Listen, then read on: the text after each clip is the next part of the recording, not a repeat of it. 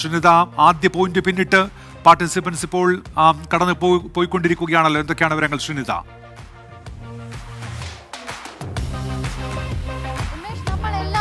ആവേശത്തോടെ ഊർജ്ജത്തോടെ കാത്തിരുന്ന ആ പിങ്ക് മിഡ് നൈറ്റ് റണ്ണിന് തുടക്കമായിരിക്കുന്നു. ദർബാർ ഹാൾ ഗ്രൗണ്ടിൽ നിന്ന് നമ്മുടെ കരുത്തിട്ട വനിതാ താരങ്ങൾ ഓടി വരുന്നുണ്ട്. അപ്പം ഞാൻ നിൽക്കുന്നത് നമ്മുടെ 1 കിലോമീറ്റർ പോയിന്റിലാണ്. അതായത് മഹാരാജാസ് കോളേജ് കഴിഞ്ഞിട്ടുള്ള ജംഗ്ഷന്റെ ഭാഗത്താണ് ഞാൻ നിൽക്കുന്നത്. ഇത് 1 കിലോമീറ്റർ പോയിന്റാണ്. ഇവിടെ നിന്ന് വീണ്ടും 4 കിലോമീറ്റർ സഞ്ചരിക്കണം. അപ്പോൾ ഇവിടെ നിന്ന് നേരെ പോയി ഹൈക്കോർട്ട് ജംഗ്ഷൻ വഴി യു ടേൺ എടുത്ത് തിരിച്ച് ദർബാർ ഹാൾ ഗ്രൗണ്ടിലേക്ക് പോകുന്ന രീതിയിലാണ് നമ്മൾ പിങ്ക് മിഡ് നൈറ്റ് മാരത്തണിന്റെ റൂട്ട് സെറ്റ് ചെയ്തിട്ടുള്ളത്. അപ്പോൾ നേരത്തെ സൂചിപ്പിച്ചതുപോലെ കുടിവെള്ളമൊക്കെ സെറ്റാണ്. നമ്മൾ ഇവിടെയൊക്കെ വെള്ളം നമ്മുടെ ടീമും എല്ലാവരും റെഡിയാണ്. നമ്മുടെ വനിതാ താരങ്ങൾ ഇത്ര പെട്ടെന്നാണല്ലേ, ഇതാണ് വളരെ എനർജറ്റിക് ആയിട്ടാണ് അവർ ഓടുന്നത്. എനിക്കൊന്നും ഒരു 5 മണി 6 മണി സമയമൊക്കെ ആയപ്പോഴത്തേക്കും ദർബാർ ഹാൾ ഗ്രൗണ്ടിലേക്ക് വനിതകളുടെ ഒരു കുത്തൊഴുക്കായിരുന്നു, വനിതാ സാഗരമായിരുന്നു.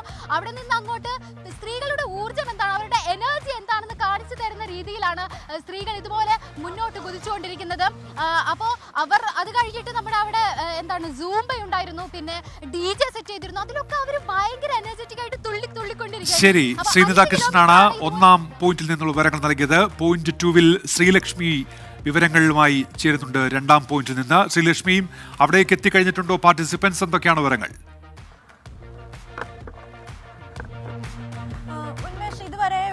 അവരെത്തിയിട്ടില്ല.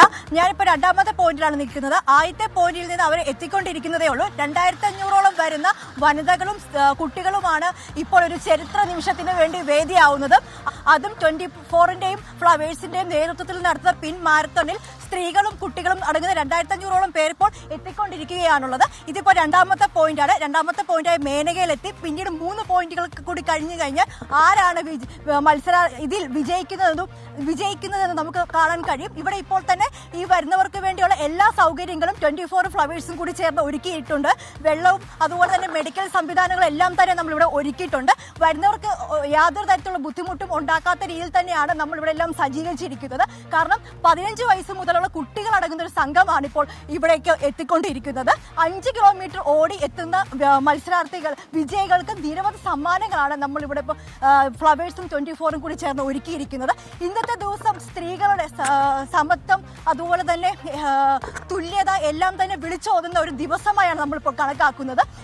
ശരി ശ്രീലക്ഷ്മി, നമ്മൾ മൂന്നാമത്തെ പോയിന്റിലേക്ക് പോകുന്നു. ആൻസി അന്നയാണ് അവിടെ നിന്നുള്ള വിവരങ്ങളുമായി ചേരുന്നത്. ആൻസി, അപ്പോൾ അവിടേക്ക് എത്തിക്കൊണ്ടിരിക്കുകയാണ് മത്സരാർത്ഥികൾ. എന്തൊക്കെയാണ് വിവരങ്ങൾ?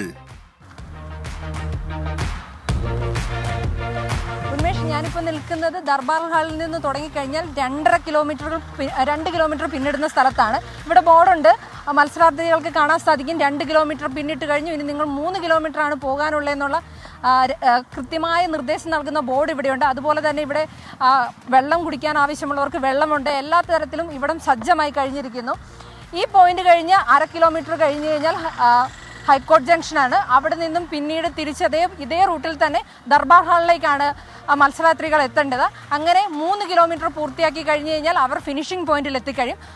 ആദ്യ മത്സരാർത്ഥി ഇതിലെ അല്പസമയത്തിനുള്ളിൽ എത്തുമെന്നുള്ള പ്രതീക്ഷയിലാണ് ഉന്മേഷ് ഞാനിവിടെ നിൽക്കുന്നത്. ആൻസി തന്നെയാണ് വിവരങ്ങൾ നൽകിയത്. മത്സരാർത്ഥികൾ അവരുടെ ഓരോ കിലോമീറ്ററും പിന്നിട്ടുള്ള ഓട്ടത്തിലാണ്. 5 കിലോമീറ്റർ ദൂരത്തിലുള്ള മാരത്തൺ. ഇപ്പോൾ തന്നെ നിരവധി പേർ രണ്ടാമത്തെ കിലോമീറ്ററും പിന്നിട്ട് അവരുടെ ഓട്ടത്തിലാണ്. ദർബാർ ഹാളിൽ നിന്ന് ആരംഭിച്ച പിങ്ക് മിഡ് നൈറ്റ് റൺ തിരികെ ദർബാർ ഹാളിലേക്ക് തന്നെ എത്തും. ഹൈക്കോടതി ജംഗ്ഷനിലെത്തി തിരികെ ദർബാർ ഹാൾ ഗ്രൗണ്ടിലേക്ക് മടങ്ങുന്ന രീതിയിലാണ് അതിൻ്റെ സഞ്ചാരപാത സ്ഥിരീകരിച്ചിരിക്കുന്നത്.